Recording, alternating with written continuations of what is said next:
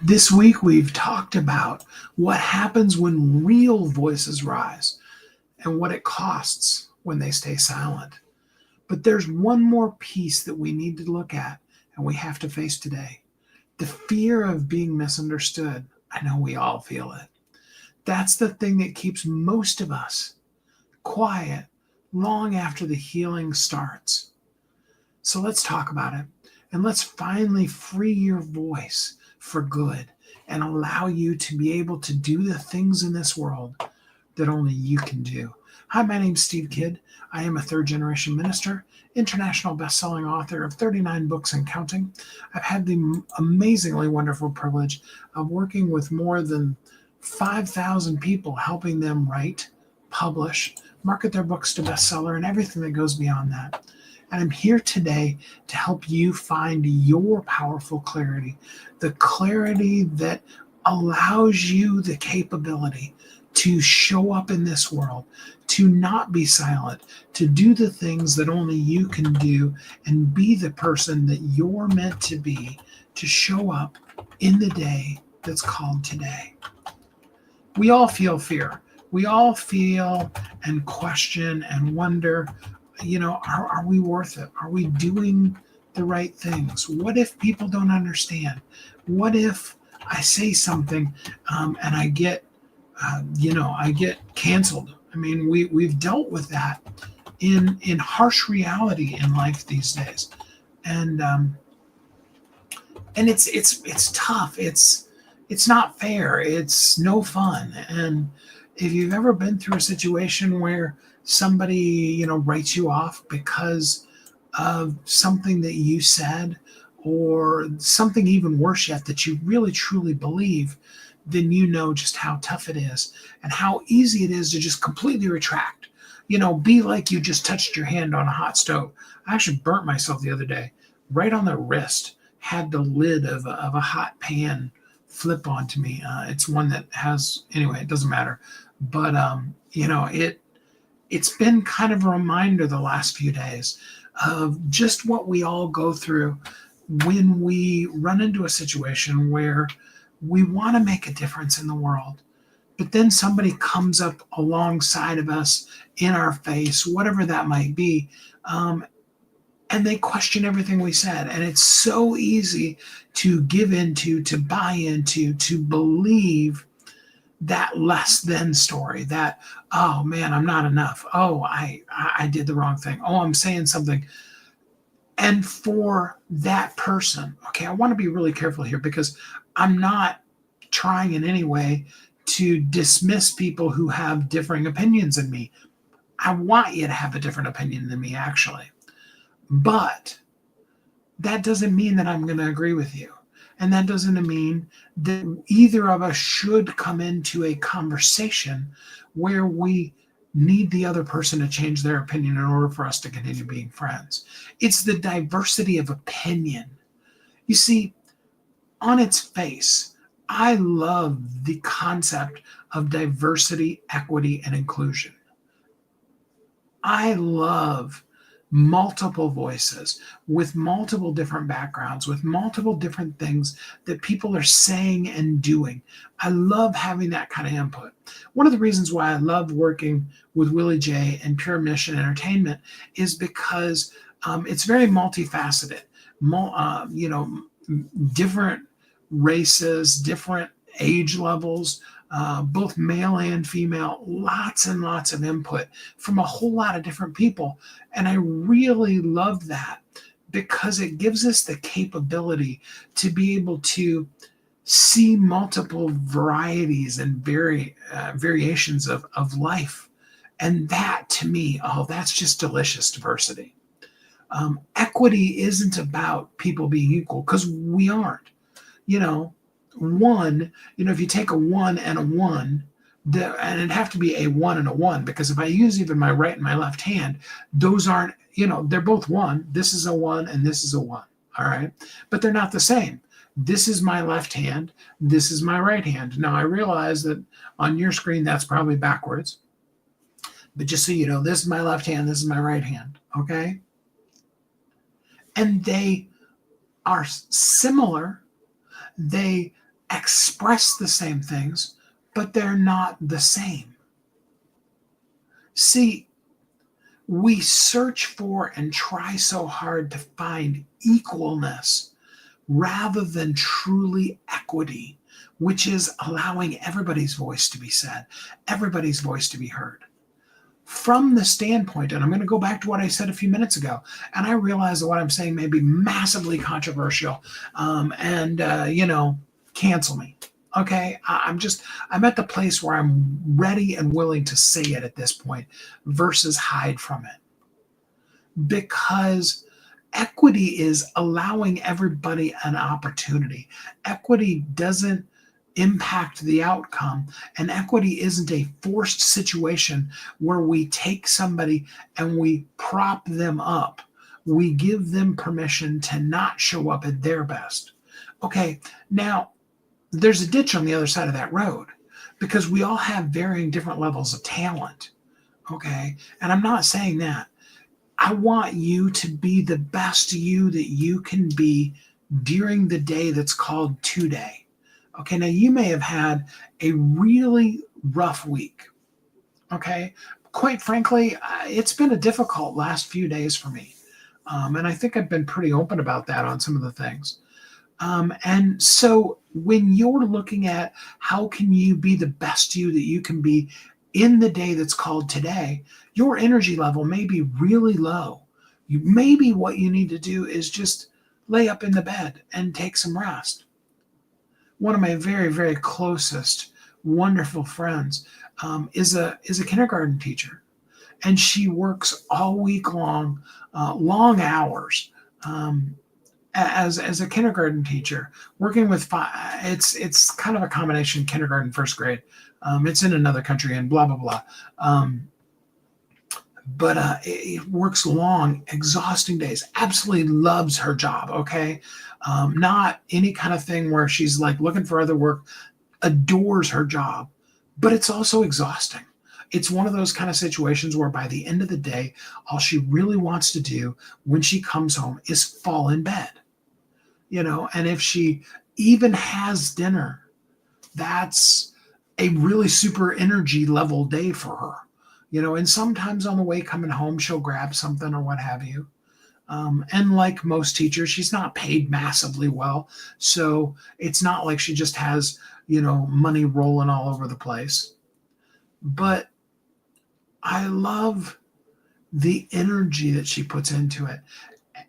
And for me, that is her showing up as the best version of who she is. And for me, whenever, I hear from her on the weekends, I'm like, hey, rest. And she's like, well, but I'd like to do this. And I feel like I need to do that. And it's like, okay, if you do them, great, but it's okay if you don't. And so I want you to feel the permission today to be able to just take a break. If you're listening live, it's Friday, and maybe you need to check out early on a Friday. Fridays used to, for the longest time, during the whole time I was married to Kathy, Fridays were our day off, and part of that had to do with we'd like to go in to see the new release movie, whatever movie came out. It's been a really long time since a movie's come out that I'm just like, oh man, I would really love to see that in the theater. But we used to do that and go usually to the movie, at like 10 o'clock. 10 or 11 o'clock showing, depending on, the theater and where we lived at the time, go to the movie. And then afterwards, go and have a long lunch, one of those where you kind of just sit there and kind of nibble on appetizers for as much as an hour or so. And then you ordered lunch and then you sit there and you kind of chitty chat, and lunch, quote unquote, could take, a couple hours. And during the good times of that relationship, that was just amazing. And then prior to that, because I was working in the church, Mondays was always my day off. Again, both of these are really weird days to take off. But that just seemed normal to me, because Sunday was a huge work day. And whereas a lot of other people are off on Sundays, and maybe you go to church, maybe you don't, when you're working in the church, Sunday's like, the busy day of the week. And so having Monday off and you kind of live that lifestyle. So whether you're listening live on a Friday or it's a random Tuesday, if you're tired, take a nap. I've had one multi-billionaire friend in my life, and it saddens me that Errol's no longer with us. Although I feel his spirit with me all the time, and I hear his words echoing through my head, and it was so cool because he really was there for me. As I went through the divorce and all those kind of things, here's this multi-billionaire, 70, I think he was like 72 or 74 at that time, might have even been 75 by then, you know, and he reached out to see how I was doing. And of course, obviously, if he had things he needed help with, I wanted to help him too. And we often would just talk about, things in life. And he had, though probably 20 years previously, he had been through a similar situation where he had divorced a wife that had been a business partner that he was really super close with, and the pain and the hurt from that. And so we had a lot of those really cool talks. And I remember one time I was talking to him, and I'm like, man, I'm just exhausted. And he goes, well, what's going on? I'm like, every day at about 2 o'clock, at that point, I'm not dealing with this right now, but then every day at about 2 o'clock, what I really want to do is just take a nap. He's like, well, why don't you just take a nap then? I'm like, because it's 2 o'clock in the afternoon. It's like the middle of the workday. He's like, yeah, and I was like, well, you're supposed to work like at least 9 to 5, right? He's like, okay, let me ask you a question. When was the last time you worked less than 50 hours a week? I said, probably never. He's like, okay. He goes, when was the last time that you were up at 11 o'clock, 12 o'clock, 1, 2 o'clock in the morning doing work? I said, yesterday. He's like, okay. He goes, that's my point. He goes, I'm not worried about you. He goes, now there's some people I couldn't give this advice to. He goes, but I'm not worried about you not working enough. He goes, but what you need to also understand is how to listen to your own body. When you're tired, sleep. When you're inspired, do the work. It doesn't matter whether it's 2 o'clock in the afternoon or 2 o'clock in the morning. Do the thing. Okay. And now, yeah, I have the gloriously wonderful advantage of being self-employed. And I really love it. And can't imagine what it would be like without it. And after we get done with our live here today, I'm going to go out and take my second walk for the day. And I'll probably walk the campus. I didn't do it this morning. Put in my bid yesterday on the campus. I appreciate all of your hope and trust and faith and belief and prayers for that, because they're amazing things.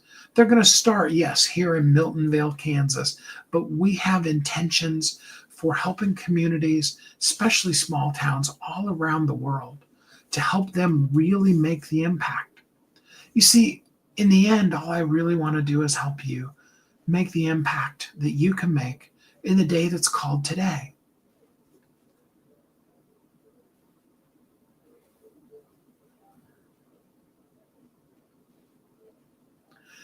I want to take a little pivot here, and I was looking over at my notes, and I felt a shift coming, and I want to just honor that. We face that moment when we realize that we're not going to be understood. And I guess I'm really kind of feeling that right now, even as I've talked about some of the holy cows that especially we don't really always talk about, that we really should talk more about. And every healer, every leader, every creator faces that moment when they realize that speaking the truth in love or not, speaking the truth is not always going to be understood. And often, when you see it as absolute truth, there will be other people that will absolutely, completely disagree with you. And so I want to continue to leave the space for people to completely disagree with me. Absolutely. But I also want to acknowledge and help you see that misunderstanding isn't rejection. It's the proof that you're saying something new, something, probably bold, maybe even confrontational, something that's making the person think. If the person has a reaction to it, that's actually good, because that reaction means that you're saying something that sparked something. Now, as we go on this clarity journey, you may find that the way that you're saying it isn't right, and that you need to pivot that, and that maybe you even need to apologize. And if I said and have done things that are hurtful to people, I absolutely apologize, because it's never been my intention.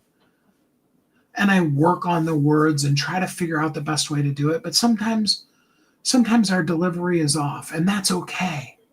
But when we're saying this new thing, when we're speaking out, because we've talked about the fact that clarity comes from the doing, not from the sitting there and thinking about it. And so as we move, we may, go the wrong direction. We may take the wrong turn, and be like Bugs Bunny, where it's like, I told you I should have made a left turn at Albuquerque. The ironic part to that, this has absolutely nothing to do with what we're talking about, but is when I was moving here, I drove through Albuquerque, and when I got to Albuquerque, I actually made a left turn. And so now for the rest of my life, I can say I did make a left turn at Albuquerque. Like I said, that has nothing to do with it. Also on that same journey, in fact, that same day, because I made the left turn that next morning, left turn at Albuquerque, stayed outside of town, and then made the left turn at Albuquerque.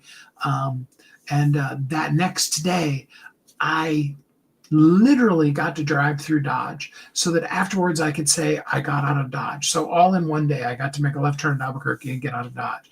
Now that had absolutely nothing to do with what we were talking about, but it was fun for me to share with you. So there we go. Your voice isn't meant to fit perfectly, especially not in other people's boxes. I want to challenge the whole concept of your box that you're living in, and hopefully maybe even explode it today.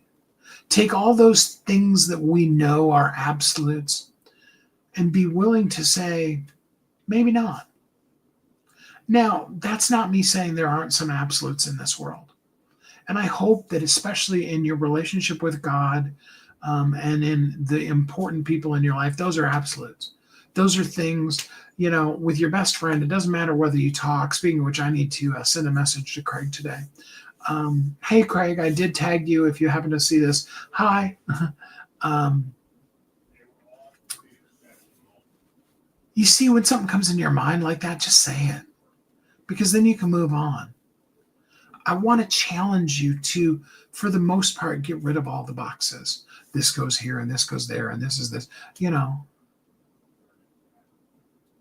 because your voice isn't meant to fit into the boxes. It's meant to shatter them. It's meant to open them. It's meant to peek inside of people's boxes and go, hey, what's it like in there? Did you know there's this whole entire world beyond this box that you could contemplate? There are some of the things out here in this great big wide world that you're not going to agree with. And sure, it's safe inside of that box. But what if you came out? I want you today to put a flag in the ground. Do it with me. Put the flag in the ground that says, today I reclaim my voice. Today I choose to speak. Today I take the courage to say the things even when no one or not everyone gets them. And I choose to speak it anyway, because it's not about the everybody. It's about that one person that will get it. That somebody that's waiting for you to say that thing for so long. They need your boldness. Hopefully they'll attach their boldness to your boldness. If you need a safe place to practice, come join us in the Visibility Amplifier. If you go to visibilityamplifier.com, you can come join the group. We would love to have you there. We've tried to create a safe space where you can say the things. And we would love to have you as a member in the group. where your voice can be said, you can find healing, and where your healed voice can turn into a clear message that really truly impacts the world. Not through hype, but just through being real. So please do come join us, visibilityamplifier.com. Because the truth of the matter is, you're not really afraid of speaking. You're afraid that somebody's going to misunderstand you and that they're going to attack you. And I get that. I've been there all too often recently. But the right people, they're going to always understand the truth that you're speaking. And it's really a bonus when the people who aren't really the right fit choose to opt themselves out. And I know that's rough. I get it. I totally do. But speak anyway. Come join us, visibilityamplifier.com. I hope you will. Until we're together again next time, which, by the way, is tomorrow. And tomorrow we're going to be talking about, let me see if I can bring this up real quick. Tomorrow we're going to talk about when your truth becomes somebody else's breakthrough. Because when we move past this misunderstood is scary, we can then speak the thing and help somebody else break through as well. Do what you need to do today. Take good care of you. Be happy, safe, warm, and loved. Enjoy today and be the best you that you can be in this day called today. And until we're together again next time, have an amazingly great week.